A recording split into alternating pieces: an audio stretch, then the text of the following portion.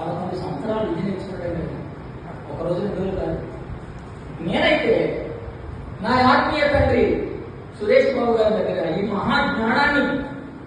మహాజ్ఞానాన్ని చేతపట్టి 12 సంవత్సరాలు ఆయన దగ్గర నేను ఆయన పాదాల దగ్గర కూర్చొని వాక్యం నేర్చుకుని ఈ రోజు మీకు ఈ మహత్తుగల మాటలను సమీపంగా వివరించగల శక్తిని పొందుకున్నానంటే దానికి కారణం నా ఆత్మీయ తండ్రి సురేష్ బాబు గారికి గర్వంగా చెప్పుకుంటాను.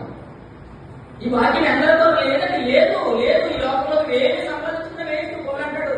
మట్టి ఘటంలో ఈ మహిమైశ్వర్యము మాకు కలదు అంటాడు. అబ్బా, ఈ మట్టి ఘటంలో మహిమైశ్వర్యం అంట, సప్తమిదనే ధనమంట, సంపాదించుకోవాలంట పౌరులు. మరి మనమేం సంపాదించుకుంటున్నాం?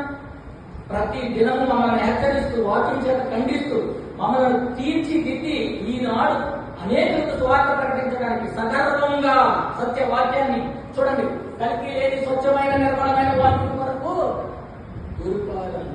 అప్పటి పెట్టగలగా ఎవరికి ఉన్నట్టే అంత కష్టం. ఎందుకంటే వాక్యంలో రాజీ పడని తీరు నేర్పించడం నాకు తండ్రి. పోయిన దేశంలో అనేకులకు అందరూ కూడా తల్లడిల్లిపోతారు.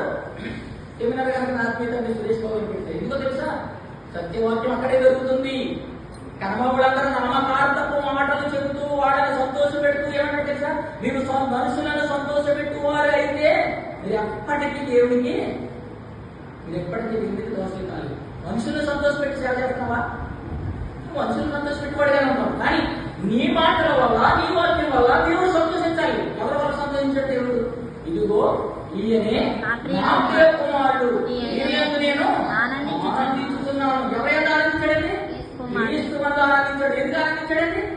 నా తండ్రి చిత్తాన్ని నెరవేర్చడానికి వచ్చాను. నా తండ్రి ఏదైతే చెప్పు మీద పంపించి పనిని ముగించి రమ్మన్నాడో, నా ప్రాణాన్ని త్యాగం చేయమన్నాడో, రక్తాన్ని చిందించమన్నాడో ఆ పనిని దిగ్విజయంగా నెరవేర్చాను.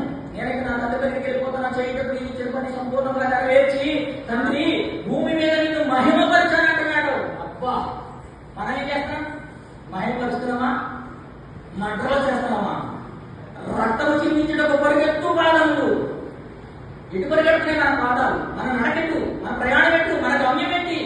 గురుందా? మనకి ఒక లక్ష్యం ఉందా? లేక ఉరియంలోకి పరిగెడతాం.